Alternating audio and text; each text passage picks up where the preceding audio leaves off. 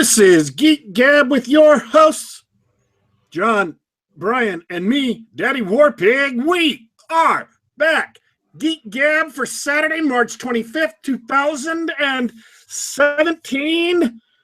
And we are doing episode 91. Episode 91. We've done 90 episodes of awesomeness for you, our fans. Welcome to the latest episode of Geek Gab. We were supposed to have a guest star here today, but we don't. So you will be regaled with all of the unscripted, last-minute, absolute brilliance that we, your three hosts, are capable of providing. Speaking of the three hosts of the show, John, how was your week? It's been a pretty good week.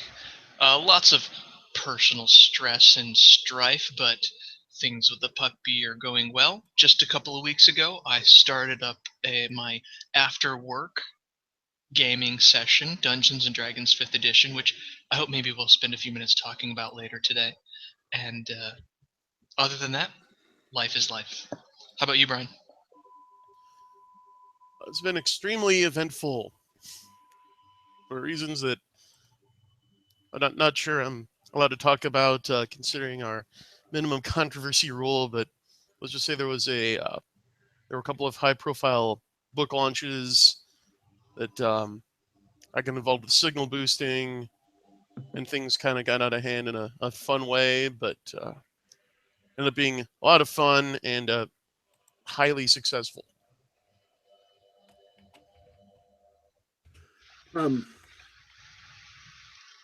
We can talk about it. It's kind of funny. It is depressingly political. I think it's on topic enough. We're talking about the recent shenanigans with science fiction and fantasy authors on the Amazon. Is there? Brian knows the story best of all of us, so he can go ahead and run through it. Knock yourself out, man. Sure. All right. Well, author John Scalzi of Tor Books has, for a while now, had a much publicized book due to come out this month. Actually, it was originally due to come out a year ago, but it was delayed. Some people said that it needed a massive rewrite. Scalzi himself said he needed to take the time to get it done right. Given him the benefit of the doubt, it didn't launch until March 21st of this year. Well, over at Castelia House, lead editor Fox Day said, well, I bet that we could release our own book in the same general theme and genre. And it was known beforehand that Scalzi's book was going to be kind of a pastiche and an homage to the late, great Isaac Asimov. So Fox contacted a new author, said, hey, would you like to write a story in the vein of Asimov, where the entire galaxy is run on these complex algorithms, where AIs have been programming themselves for since time immemorial, and no one checks the code anymore, and an error has appeared in the code that threatens all of civilization. And this guy said, sure. So they wrote what came to be known off and on as the Corroding Empire, as counterpoint to Scalzi's collapsing empire. And they put up for pre-order several weeks ago with a launch date of March 20th, one day before Scalzi's book. And first of all, it started out selling his in pre-order. Right. So parody book actually doing better than this highly publicized mega marketing campaign book from the industry's biggest sci-fi fantasy publisher. That has been touted as a New York Times bestseller for like 6 months now. Yeah, the whole series has, which is interesting because this is the first book in the series. So enlighten me, you guys, those of you in the industry. How does one become a bestseller before actually being published? Well, Shenanigans. Yeah, it's basically because the New York Times bestseller list is pretty much meaningless. Like they've never fully disclosed exactly how you get on it, but word around the campfire is that there are a select handful of bookstores, mainly on the eastern seaboard, that the Times pulls to see how first week sales of a book have gone. Now, here's the thing: all pre-orders that have been made up to launch day count into the first week, according to the Oh. Times. And I guess they would. I guess they would. That makes sense. So it's kind of gaming the system. Right, and the thing is, it's an open secret. Everybody in the business knows which bookstores, or has a pretty good guess which ones are pulled for the Times list.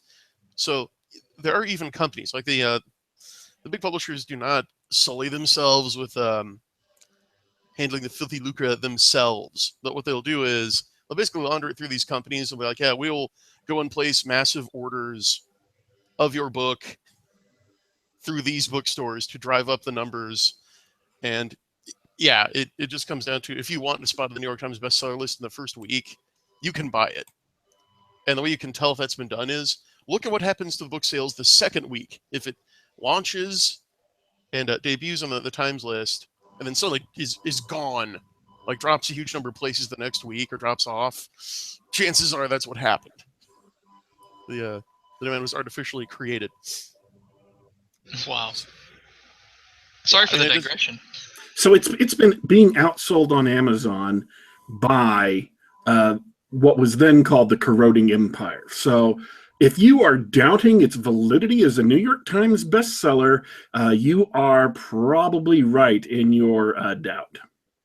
Yeah, well, it had been, because here's what happened. So Corroding Empire was set to launch, and suddenly Castelli House received an email saying, well, we've had to pull your book.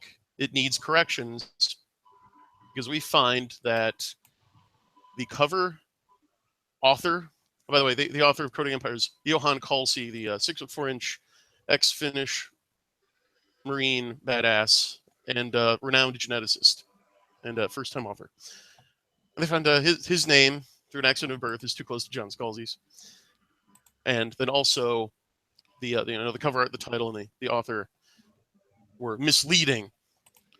Well, Castelli had planned for this. They had another cover with a different author name, a nom de plume for Mr. Calsey, and a new title, just shortened to Corrosion, ready to go. So they immediately set up the process to get that going, and that really shouldn't have delayed the process of updating the book by much. Like I've always found that it takes just a few hours to get an update like that done. But this one dragged on for like a day, and I still even got to know the book had been approved under the new title, but it wasn't showing up. There was no page for it in the Kindle store. So Vox got in contact with someone at Amazon who admitted it was out, and they'd look into it. And long story short, the book then proceeded to come up and down on Amazon like a yo-yo 3 more times for various reasons. Like one said that, oh, well, the content of the book did not match the table of contents, which clearly, yeah, it sounded like someone just randomly selecting a reason from a drop-down menu that had nothing to do with it, because of course that wasn't true. The interior did match the table of contents. So that was when Vox realized, okay, we might have a saboteur, we might have a Scalzi fan inside Amazon who's messing with us. And yeah, Amazon conducted an investigation and found that was the case. There was one bad actor employee who was trying to sabotage the launch. Oh, that's classic. Unbelievable. So Amazon is actually supporting Vox Day at this point. They realize that something's up. Oh my goodness, yes. He is actually negotiating with them to develop anti-fraud software for their review system for them. So he might wind up with a software deal with Amazon out of all this. They're also, like, the book is up. It went up like 2 days late, but even still, because the Streisand effect, even though the Collapsing Empire by John Scalzi ended up with a full day's head start, Corroding Empire did extremely well. It's back up under the original title, author, and cover. And it was basically hovering within about 50 to 100 actual sales of this book with a multi-million-dollar ad campaign.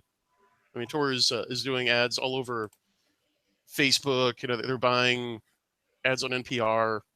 There's all over the place to push this thing because really their whole business plan for the year rides on it. And here comes this upstart parody book that is selling in the same league as what it's supposed to display. We should clarify, folks.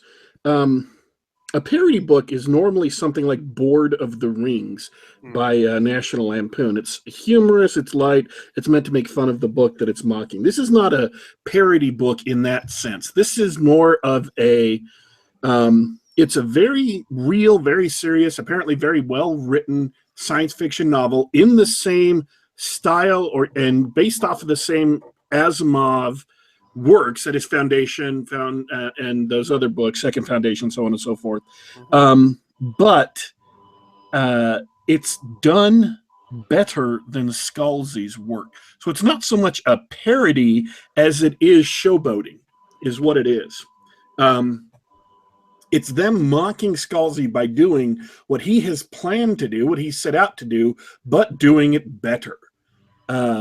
So it's not meant to be a light, humorous work. It is a dead serious science fiction novel that just happened to be, the idea for it was based entirely on doing what Scalzi's shtick is, but doing it better.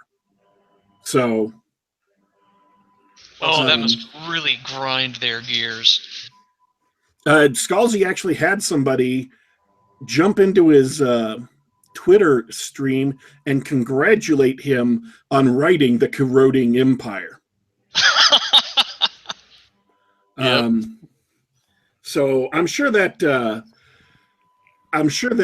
did not endear him to this situation anymore.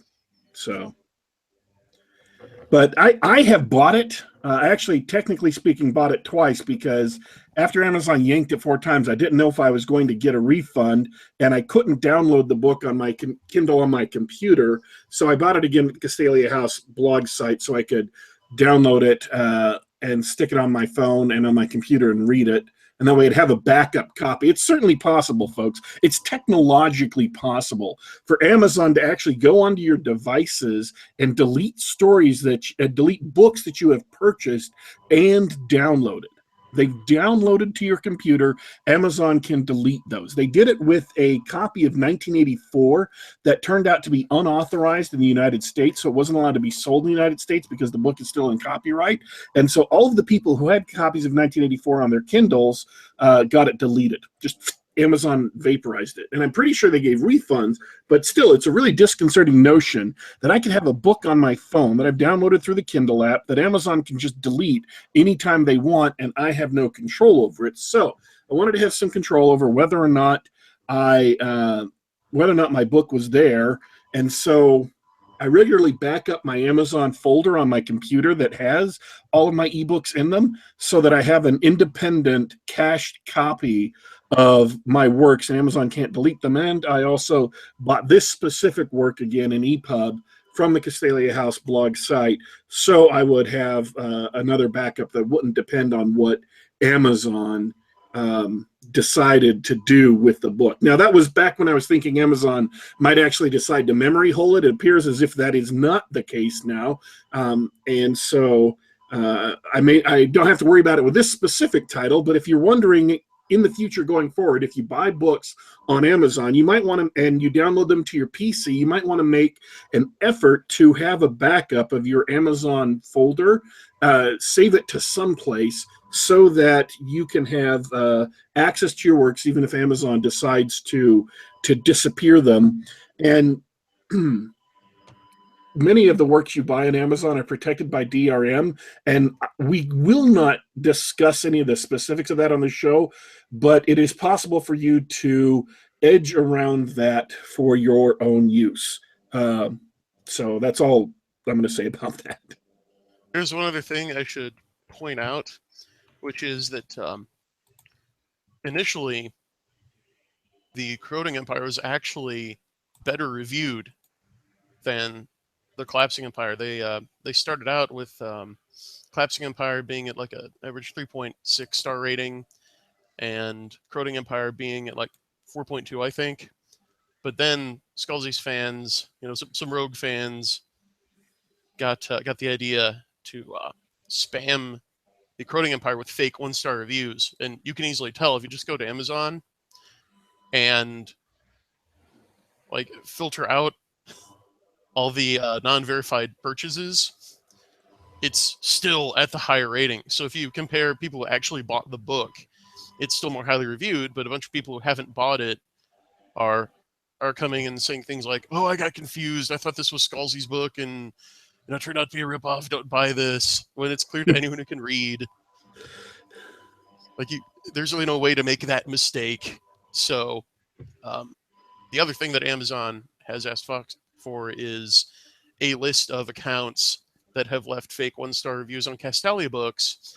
And last I'd heard yesterday, he'd supplied them with a full report on 250 accounts that are spamming 1-star reviews. And it's like they're taking this very seriously. Again, they're in negotiations with this guy to provide them with anti-fraud software, because Amazon knows that reviewers are their bread and butter. They're why online commerce works. So they take it very seriously. So basically, if you'd like to run the very serious risk of having your account suspended, go ahead and leave a 1-star review on the Corroding Empire. All right, well, I'm interested in reading the book. It's on my list. Unfortunately, I have dozens of works ahead of it, including John Mollison's newest work, which is reviewing really well. Let me grab that. But I cut off John. Sorry, man. What were you going to say? Oh, I did have a question for Brian, and I think you've answered this already on Twitter, but you've talked a couple times about writing something for Castalia House, so I have to ask on the air, live. Are you Johan Kalsi? No. Oh. That disappoints me as well, because looking at his sales, I really wish I could claim those royalties, because by a twist of fate. So Fox estimates that the Corroding Empire has sold about 1/3 as many copies at launch as Collapsing Empire did, which won again for kind of a showboating book from a micro publisher compared to like the flagship title by the #1 publisher in science fiction and fantasy. That's amazing. But also because that's about how much more you make on a Castalia House contract than on a traditional publishing ebook contract. Johan Kalsi probably made as much. Well, actually, he almost certainly made more in royalties this week than Scalzi did on Collapsing Empire. Wow. But so the thing I wanted to mention was Sudden Rescue by John Mollison just came out. I bought that. That's in my queue. It's available on the Amazon, on the Kindle store on Amazon. It's getting very good reviews from a lot of people. And Raleigh Nyanzi, I apologize. If I mess up the name, I apologize. Wrote Sword and Flower. I've bought that. That's on my machine, ready to be read at some point in the future. I've got just so many books in my queue that I can't read that I really, really, really want to get to. And unfortunately, the Corroding Empire is one of those. It's I'm just too busy to read all the books that I want to read. John C. Wright's latest book is also on there. I can't even remember the name. Do you know the name? Is that Daughter of Danger? Daughter of Danger, yeah. That's on my phone. Hasn't been read yet. So many books that I haven't been able to get to. So yeah, I'm excited. I hope to get to them soon, but until then, all I can do is tell you guys about them and say, hey, these are getting good reviews. Let's see, I've got Starship Grifters and a couple of other Rob Crease books. Rob is, by the way, supposed to be on the show today. Hopefully we'll get him back on very, very soon. I'm just looking at my list, man. All these books here that I have that I haven't been able to read that I wanted to read. It's depressing me. I need to shut this down. All right. Do we want to talk about something else? Let's move on. Um, Mr. Warpig, I heard that you've recently enjoyed the latest in Netflix's superhero show offerings. I did. I watched, well, I don't know if enjoyed it is the right word. I watched all of Iron Fist, the newest Netflix Marvel show. It's the fourth show in their Defenders lineup, which started with Daredevil, then went to Jessica Jones, and then went to Luke Cage, and now it's Iron Fist.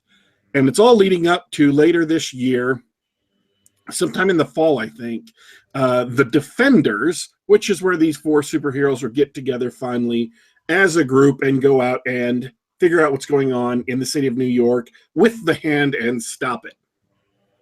So I did watch that this weekend and on Monday. Let me back up. There was a lot of BS controversy around this show from the beginning because it's a martial arts show. What it really is, what Iron Fist really is a retelling of the Tarzan legend along the same lines as Robert Heinlein's Stranger in a Strange Land.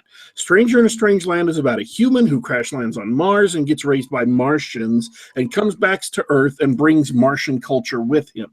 Well, Iron Fist is about a New Yorker, the scion of a wealthy industrial family who crash lands in the Himalayas, gets picked up by a group of martial arts monks, and in a mystical city that is actually located in another dimension, spends 15 years learning how to fight martial arts, and then becomes the bearer of their great and holy martial arts power called the Iron Fist.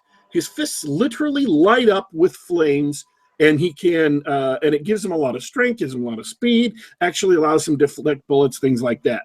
And he can heal people using his ki, his inner strength.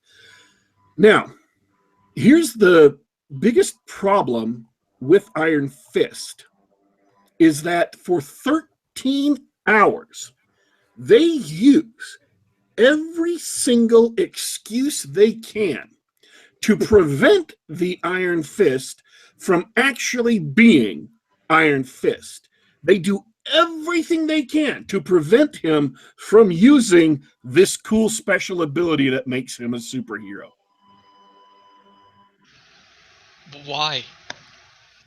I've got theories. I have no good answers. I don't think there are good answers. The problem with the series is it's a 13-hour origin story.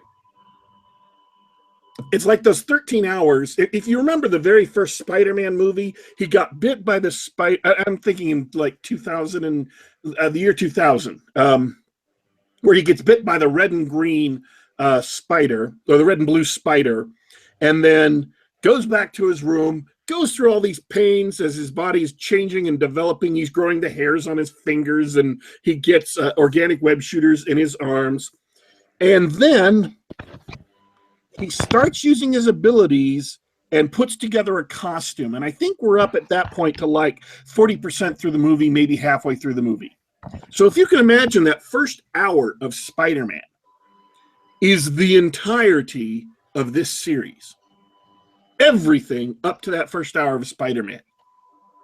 So wait, it's an origin story that takes a whole freaking season to tell? Yes, they took, well, I don't know if it takes a whole season to tell. I do know that they took a whole season to tell it, if you can see the difference there. Yeah, just like it took 3 movies to tell The Hobbit. Yeah, exactly. Exactly. So let me back up. the reason why there was a bunch of controversy is because he's a martial arts character, and the actor who plays Danny Rand is white. People were upset about that. They said he should be Asian. Well, Danny Rand in the comics is a white person, and the entire story itself, the entire Stranger in a Strange Land Tarzan story requires him to have been white, to have gone off and learned stuff in a foreign country, and then come back to his home. It has to be that way. Otherwise, you're telling a completely different story. You've completely thrown out everything about the character. So this became a controversy online, and a lot of people, a lot of bloggers, and a lot of like mainstream people. I believe if you read the Atlantic's review of the series, is almost entirely about how racist it is that he's not Asian. They marked it down. It's got a rating of about 14% on Rotten Tomatoes from these mainstream reviewers. The customer reviews, on the other hand, are running about 86%. And both of those on either side are just incredibly wrong. 86% is way too high a rating, and 14% is way just insanely, obscenely too low a rating. If I had to rate this, I would probably put it at around 50 to 60%. Not great, very disappointing on a lot of levels. And I'll tell you what, this is a martial arts character.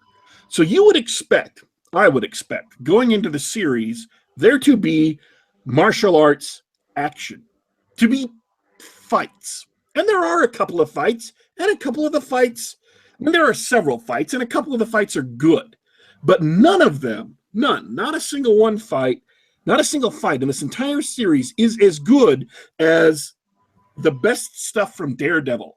Like his two, famous fight scenes where they were all shot in one cut, and he's fighting people going up and down the hall, and doors are getting knocked down. Nothing that's even close to how exciting and visceral the fights in Daredevil are. In Daredevil, the second season, the one enemy they fought the most was a bunch of ninjas called the Hand. Nothing in this series equals or beats the fight scenes with the Hand from Daredevil season 2. It's just, and for a martial arts superhero, that is completely, that completely lets the audience down. It's a complete dereliction of duty. If he's not doing kick-ass fight scenes, and there's no reason to be watching this because nothing else in the series is that interesting. They padded out, as we've discussed, what could have been a very quick story. They could have gotten rid of his origin story in one episode, yet they padded it out to 13. They could have, during the rest of the episodes, and there's a theory, I talked about this with John last night. Here's a theory he put forward that I think is a very good theory, but let me explain what the problem I saw was, and he can explain his theory. They tried to make a 13-hour movie to where all the episodes taken as a whole were one movie, and it just didn't work. Now, what was your theory about that, John? Because you came up with this. So these guys have this insight about the way people consume these shows on streaming services, is that it's well known that a lot of people binge watch. They'll watch several episodes at a time, get through season as soon as possible. It's part of the reason why Netflix and Amazon have been releasing entire series at once instead of one episode at a time. And my gut tells me that these writers and producers came in and said, well, if people are going to binge watch this, let's make it a whole experience from start to finish. We don't need to have encapsulated episodes. The episode doesn't have to, stand on its own, because we're gonna make something that people are gonna binge watch 4 or 5 hours at a time. And the problem with that, and I hadn't thought of that theory. That's entirely John's theory. That's why I let him, wanted him to do it. But the problem with that is that it means you have to either have so much stuff happening that it makes sense in 13 hours, or you just have a lot of what in bands they call marking time, which is just things happening, but they don't really impact anything else, and nothing that they don't really, at the end of the 13 hours, you look back and say, well, why the hell did we spend all of this time on that plot line or these characters or those events? None of it mattered. None of it made a difference because it's supposed to be one story, 13 episodes all telling the same story. You don't spend 20% or 30% or 50% of a book on things that never, ever matter in the end. They have to matter. If you're putting something into a story, it has to matter. Even if it's just there as a red herring, it has to matter. And all this stuff they put in, much of it was just a distraction. Most of it was just to waste time. What I think they needed to do, and we both came up with the same metaphor about this independently. Do you want to tell them the metaphor, John? Well, I think they simply unlearned all the lessons learned from Buffy the Vampire Slayer. One of the things that they did best is they had a season-long arc with a story with what they called in their in the bullpen was the big bad. But every single episode was a self-contained story that stood on its own. You could watch any episode in a season and enjoy it. And they absolutely needed to adopt something like that, to where each of the 13 episodes has self-contained, had a beginning, middle, and end story, and even a B plot and a C plot, because in hour-long dramas, or even half-hour sitcoms, you can have a B plot and a C plot. All of that working on, and then some of the stuff plays into or references or has connections with what's going on over the 13 episodes, but each individual story is its own separate thing. There are so many things that they could have done. What I would have liked to have seen, ideally, is them to spend maybe a third of the episodes, maybe a little bit more than that, maybe 40% of the episodes on this overarching plot, and then leave the rest to be Danny Rand doing cool Iron Fist stuff. Whatever that is. Whatever it is that you come up with, not necessarily fighting the Hand all the time, but Claire, who is the night nurse, who's been in all 3 series previously, she's the nurse who always gets in to help heal people. Maybe Claire has a problem with whatever. It doesn't matter. Police harassment, or she's being harassed by her hospital, or whatever, and she needs help from Iron Fist. So Iron Fist, for an entire hour-long episode, we set up Claire's life separate from Iron Fist. We set up the problem that's happening in her life. Iron Fist finds out about it. He goes and does his Iron Fist stuff, and that's the end of the episode. It lets you expand on the character of Claire. It lets you expand on what Iron Fist himself is doing in New York, and it's an entire hour of action, an entire hour of conflict that is really, really cool and will draw people in and make it worthwhile to see that self-contained show. They should have done that more than they did. It just would have been so much cooler to have Iron Fist be Iron Fist. He gets to the city, and yes, he's this rich kid, and he's trying to take back control of his dad's company and all of that, but when he's in this company, when he's in this business, he's this naive, indecisive person because he's completely at sea. He has no idea what to do about it. But then as soon as he has a problem that he can punch, as soon as he knows the Hands in the city, he gets calm, he gets centered, he gets focused, because this is what he spent 15 years training to do, and he goes out and wreaks havoc on bad guys. He goes out and kicks ass. He goes out and does the stuff you want to see in a comic book movie. You watch comic book movies to either see comic book heroes beating up criminals or to see comic book heroes beating up supervillains. You don't watch a superhero series to see people sitting around in a boardroom arguing over who has the largest percentage of votes as a shareholder and can appoint people to the board, and whether or not the public relations crisis consultant they've hired has an effective plan to deal with the public relations crisis inadvertently caused by Danny Rand saying to an innocent person on the street who comes up to him and says, oh, your company is doing this bad thing. And he's a little bit naive. And he just says to her, oh, I'm sorry, ma'am. We'll do everything we can to make it right. Well, as a lawyer, what you have in that situation is that's an admission of culpability that actually, in a legal sense, that actually puts culpability on your... Do you see what I'm talking about here? How boring that is? I'm not making that up. That's not a hypothetical. It really happens in this show. I nodded off for a second there. A real plot line. You don't watch superhero shows to deal with issues like that as the major plot, as a dominant plot for most of the episodes or many of the episodes. You watch them for the action, for the adventure, for Danny Rand kicking ass as Iron Fist. And they did everything they could to make sure that that is absolutely not what the audience got. Amen. So I'm getting a probably don't watch it vibe from you, Daddy Warpig. Is that accurate? Yeah, I don't know what to tell people. There was nothing that was unique or new or compelling enough in this series that unless you're either going to be reviewing it like I do, or you're a Marvel completionist, which, you know, that's fine. They're out there. I used to be a Marvel completionist, but Agents of S.H.I.E.L.D. killed my enthusiasm for that. I don't know what it is I would tell people to be watching it for. I mean, it's not so much I'm saying, oh, it's absolutely terrible, they did nothing good. That's not true. It's not absolutely terrible. They did several good things in it, but they made fundamental story decisions, fundamental character decisions that kept them from doing all the cool stuff they could have done and kept them from exploiting all the potential plots that are implicit in the setting of the Marvel Universe's New York City.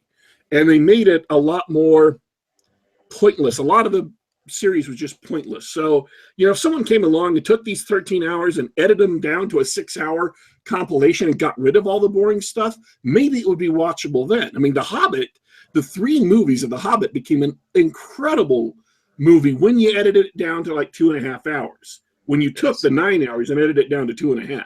Maybe if someone did this for Iron Fist, then it would be watchable because you'd have all the good stuff and none of the filler. But there is so much filler.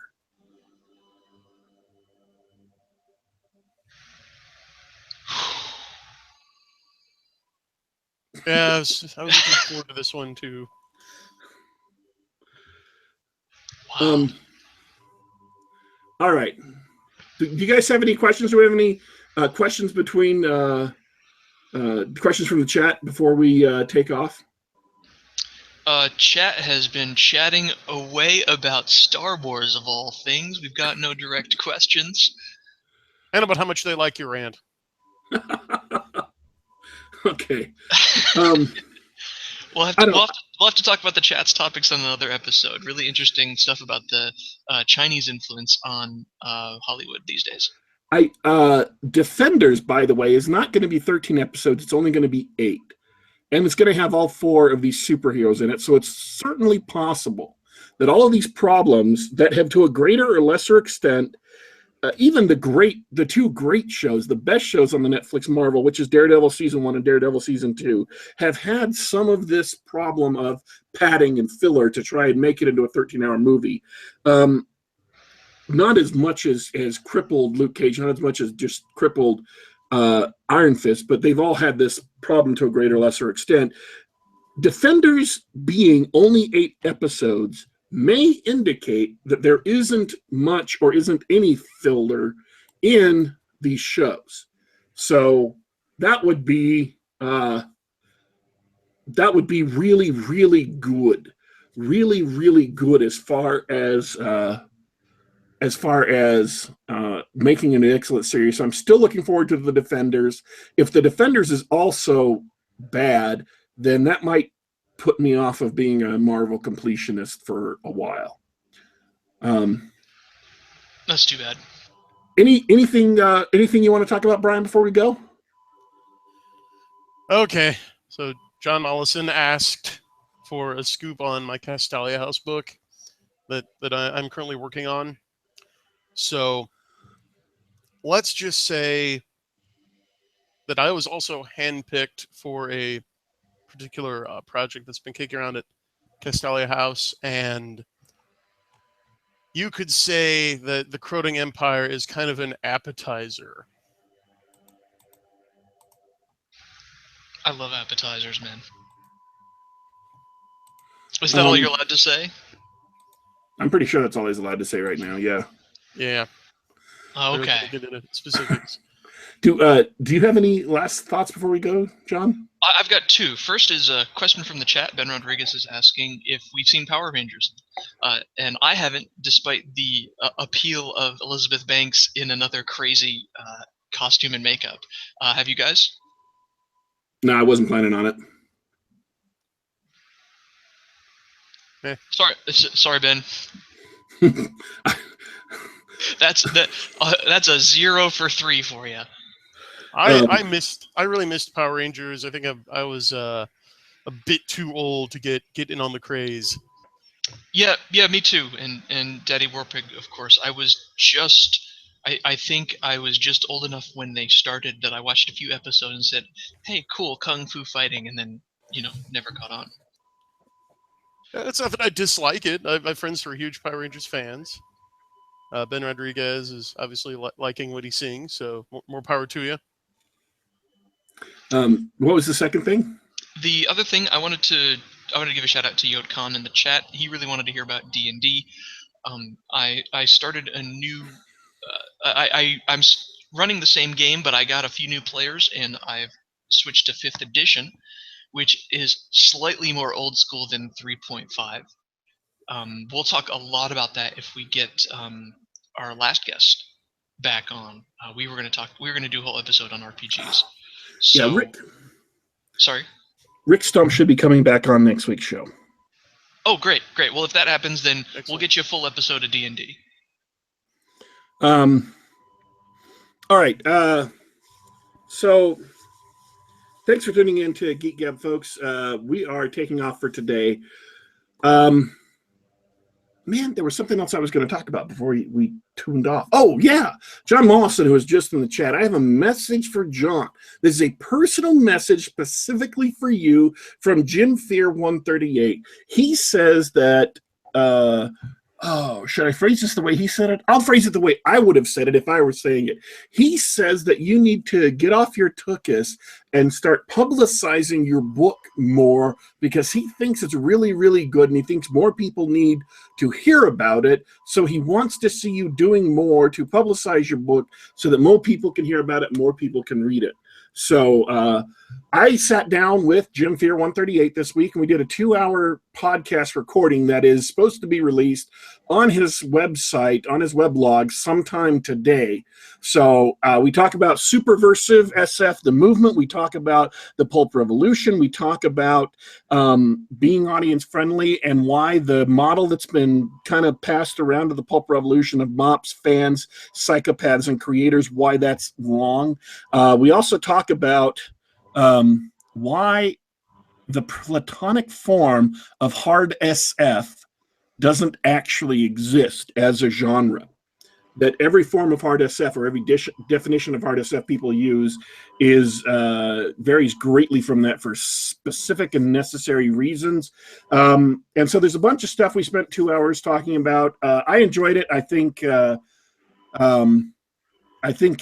was an enjoyable show. I think you'd like it. And if you check out Jim Fear 138 on Twitter, and he will put up a link to that. And I'll, of course, be retweeting it and stuff and putting it out other places. So thanks for tuning in, folks. This has been Geek Gab, episode 91 for Saturday, March 25th, 2016. We are available on the iTunes Music Store. You can subscribe to the podcast there, automatically download to your iPad, to your iTunes, or to your iPhone, whatever. You can also get us on the Google Play Store. Just, again, do a search for Geek Gab, and you can get it on your Android device. You can also check us out on the web at soundcloud.com. Just do a search for Geek Gab. And as always, when we do the live shows, assuming that some technical problem doesn't bounce us off the air like it did last week, we do this usually about 3 p.m. Eastern time on youtube.com/geekgab. There's going to be a time change coming up in the middle of April, but we'll get to that when we get to that. We'll tell you about it when we get to there. But for right now, 3 p.m. Eastern time, just about every single week, you can check us out. Participate in the chat, ask all the questions you want. We highly encourage that for you guys. Thanks for tuning in. We, your hosts, are leaving you for today. But don't worry, don't fret. We will be back.